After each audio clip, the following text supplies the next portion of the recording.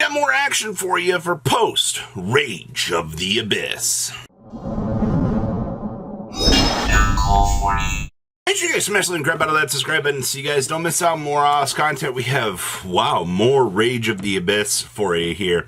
This was Kong's Grand Championship. This is what all the players were playing the last little tournament series for, to make it to this grand competition at the end here, where players would be able to, you guessed it, play for bigger prizes. They got something for the last tournaments, but this was for all the chips for the better prizing.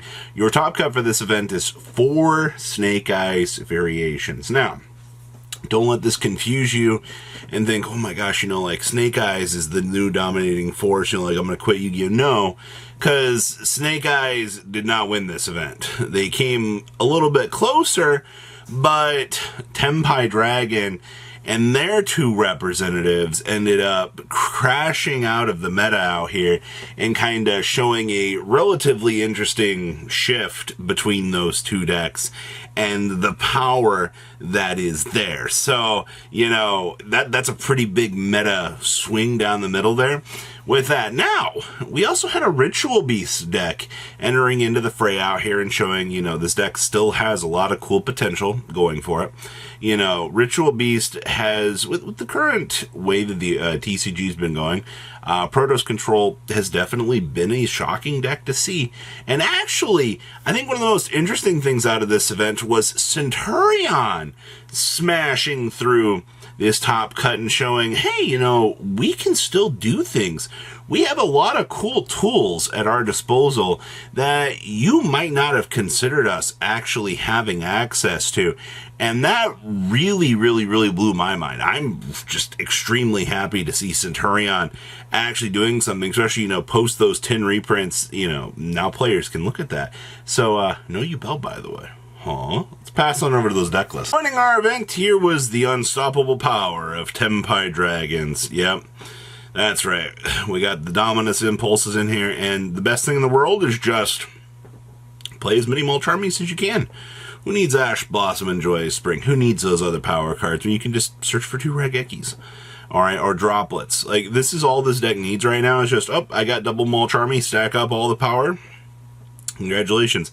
It's as simple as that. I do see that we are playing double Fenrir and the Ray Sloth down here for the TCG version. So, you know, being able to get to that mid-range board control, having that extra 2400 body on the field can actually make a lot of a difference out here, especially when you start to go into these turns that you need to have those huge plays ready so that you can break through your opponent. Also, I love the fact we're playing a singular cross out in here. They're just like, hey, you know, like, I have the slot for 1 May as well. Also happy to see the Koi Belt seeing play. Also, Typhon, that's interesting. Okay. Ooh, our first Snake Eyes list of the video. So, you do see we are doing the Azamina package, as you should be, with 1 Sacred, triple of the Deception. This is going to be your mainstay for a very long time. Don't expect this to change. The TCG is also slotting in Fool Wars as our maxi. I feel like this is going to be the new thing for a very long time out here, where you're going to be relying on this card as our maxi clutch. It's going to get you some stupid value when it comes up. If it doesn't come up, well, you know, you just kind of call it a day. Like, I hate to say that because it's degenerate, but that's going to be the reality of the situation. Also, Birch is getting a lot of play out here as of late. I think that the TCG version of this deck is like, yeah, Birch is a good extender. You know, you can go ahead. Your M board might not be the greatest thing in the world, but it does give you something, so I'll take that. Ooh, our Centurion list. I love this. We are playing 42. We are playing Triple Cross out in here, which I think is by far the best call. And then this right here, Primera Primus, is the reason why this card is going to be, you know, the new deck. Because each of the following effects, on Synchro, you get to add an emblem card. So you do get this broken card loaded on up here. And, then you can destroy a card on both players' fields. And then if a face-up Centurion card leaves the field, by your opponent's card effect. Special summon this card from the graveyard, and then when special summon from the graveyard, it can be destroyed by battle. You should probably leave this thing in defense mode so you don't, get heinously destroyed via life point meter. But this is actually a extremely good card. Alright, you are going to want to make sure that you can have this as a Centurion player in the future, because this card just speeds up the process so much more, and it's a tuner monster. Alright, we have more Tempai Dragons for you here. Holy crap. So this build's doing pretty much similar things to the first build, except for playing the other Perulia. You're just maximizing on triple Fuawars to Perulia, and then instead, you're maximizing on the additional Dark Holes and having droplets and Raigekis for the full board break here. I also do see we're playing a Phantom in our extra deck, just so we can go Street Brit. That's kind of funny, actually. I can't really, there's not really much of a reason to, play anything else, because, you just slam this down and you win the game. Also this. This is, the fact that this, we're worried about this, of all things. I mean, Brandon's a cute deck, yes, but it's nothing that, you should really be all that worried about. Okay. Ooh, more Snake Eyes for you. This build went the extra mile here and chose to play the Dominus Impulse in the main deck, which is kind of cute, actually. I can get behind this. And then there's this.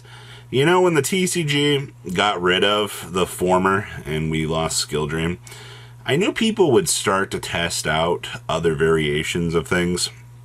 What I didn't expect to see was something like this trying to stick around. You know what I mean? Power Sink Stone's a good card. Don't get me wrong, you can put the first marker on it, try to blink your opponent's turn, sure.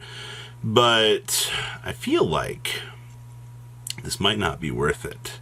But who knows, alright? This is one of those cute ideas that you look at and you're like, in theory, if you actually get this to stick, I don't see why, there wouldn't be anything.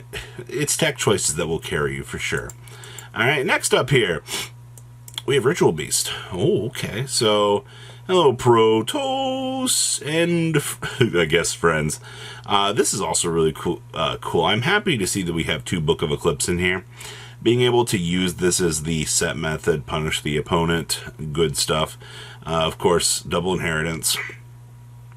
I think 2 to 3, obviously. You're never playing 1 of this. I think that 2 has been sticking around a little bit more, though. We're also playing the Azaroon in here off of the Silo Hat Rabbit, which is a cute little tech choice. Also only 1 copy of Steeds. I still like multiple Steeds, understandably so, because it's a good card, but a lot of these games out here, let's call it what it is, you are just going to probably want the 1. It depends on what your local situation is. Or what you're expecting to go into a regional. Sometimes 2 can kind of steal you some games. I know, variations is fine. Alright, next up here. Ooh, we decided we were going to play 45 cards in our Snake Eyes deck. We were jam-packing in here today. Okay. We are also going full Fiendsmith combo built into this cookie cutter. Okay.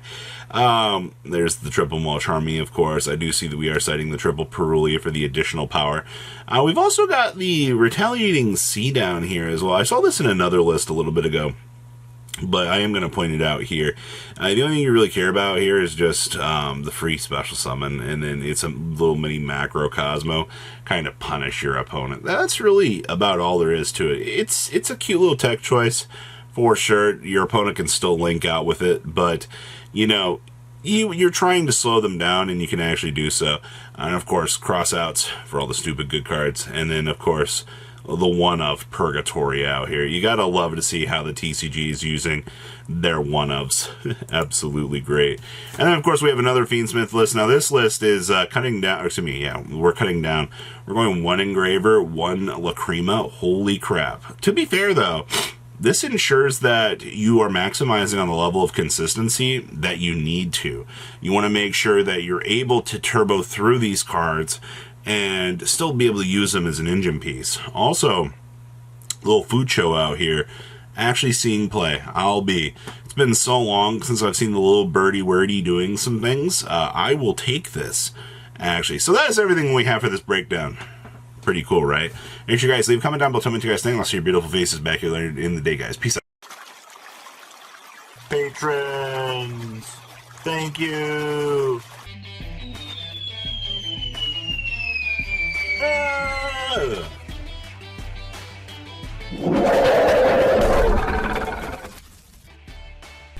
Thank you so much for watching. Check out these other videos.